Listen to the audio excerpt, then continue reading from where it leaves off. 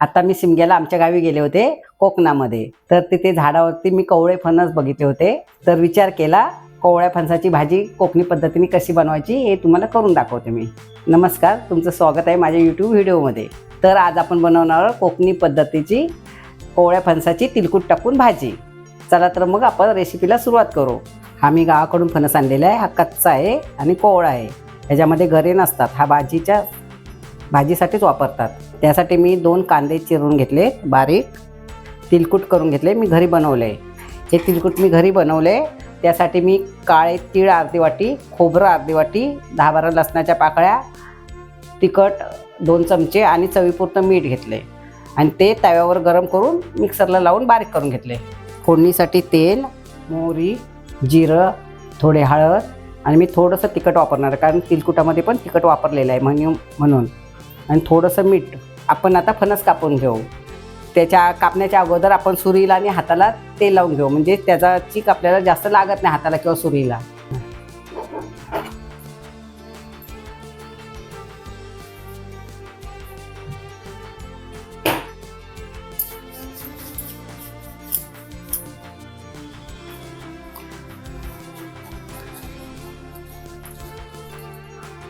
फणस कापताना सुरी जरा धारदार घ्यायची.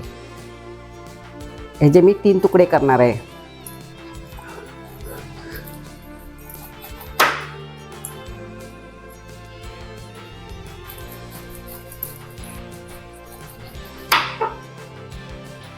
आता परत ह्याचे 4 भाग करू.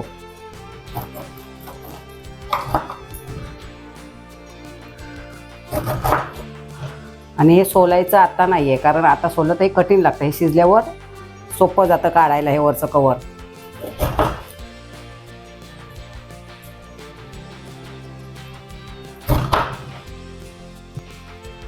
आता हे पाण्यामध्ये टाकू आणि कुकरला 3 शिट्ट्या काढून घेऊ.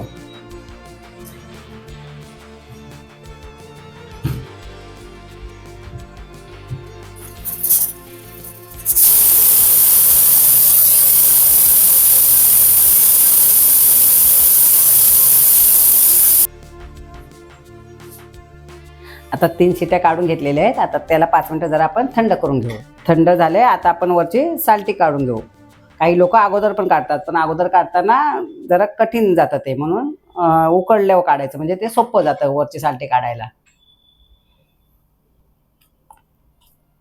सहज निघतं.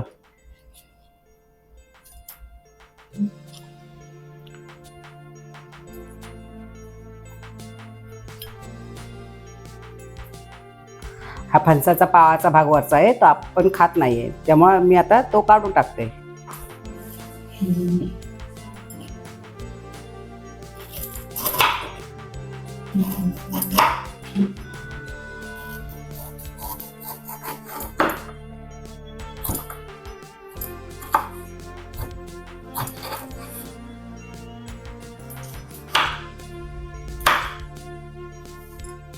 आता आपण हे वरची सालटी काढून घेतलेली आहे. आता आपण खलबत्त्यात टाकून त्याला बारीक करून घेऊ. आता इथे कसं पाटा नाही आहे, गावी कसं पाटा आहे त्यामुळे पाट्यावर बारीक करतात. इथे आपण खलबत्त्यात बारीक करू.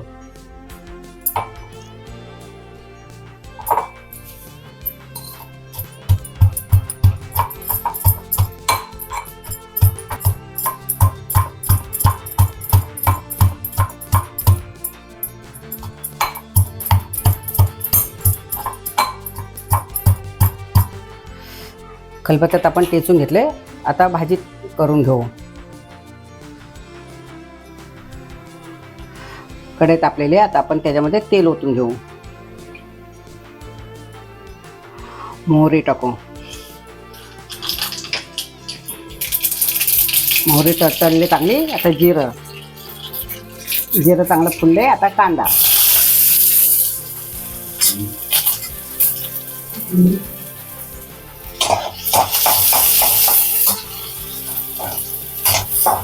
कांदा चांगला लालसर करून घ्यायचा.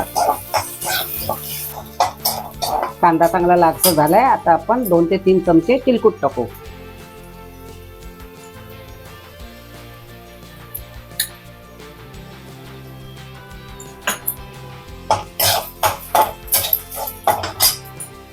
थोडी हळद. आता त्याच्यामध्ये आपण टेचलेला फणस टाकू.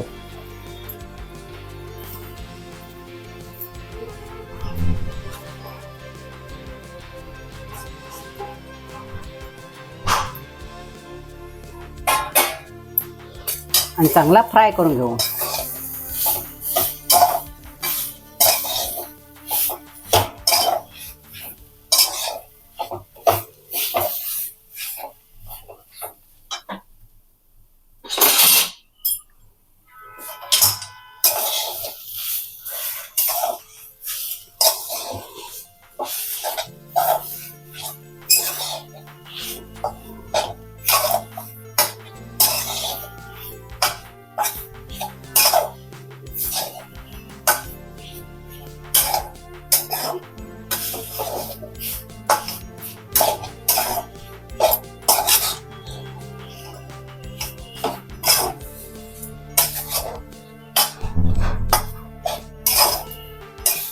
आपली फणसाची भाजी तयार आहे.